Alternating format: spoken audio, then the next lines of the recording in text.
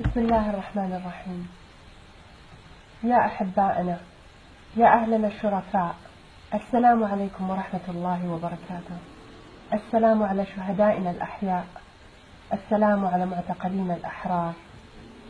كم هو مشرف وجميل أن تضمون تحت أجنحة المناضلين ملهمين عبر السنين. يا من علمتمونا معنى الصمود والكرامة والحرية والحقوق، سائرون على خطاكم بقلوب تنبض فخرا بكم، وعدا منا أن أيدينا لن تفلت أيديكم ويد الله فوق أيدينا. ونستلهم من شيخنا النمر فخر الأحرار العزيمة حين قال: لذلك سنواصل الطريق بإرادتنا وكلمتنا وصمودنا، بإيماننا بالله ننتصر بإذنه. دمتم في رعاية الله يا من استرددتم كرامتنا برفعكم راية الحرية والكرامة والحقوق.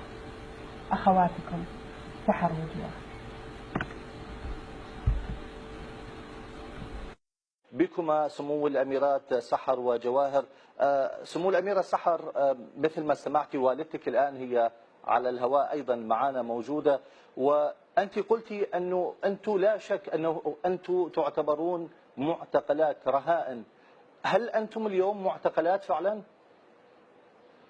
هذا ما في شك فيه، لأنه إذا عندنا حريتنا كان ممكن أن نتنقل وتوصلنا كامل حقوقنا، وهذا ما في شك فيه أن احنا معتقلين الحين. طيب سمو الأميرة، كيف وضعكم؟ يعني يا ريت نتعرف كيف تعيشون، أين تعيشون بالضبط، من الموجود معاكم اليوم في المكان اللي أنتم فيه اليوم؟ الوضع سيء جدا، لا يوجد أي أحد لمساعدتنا في قصر كبير. اضطرينا أن نسكره ونعيش في جزء بسيط جدا منه عشان نقدر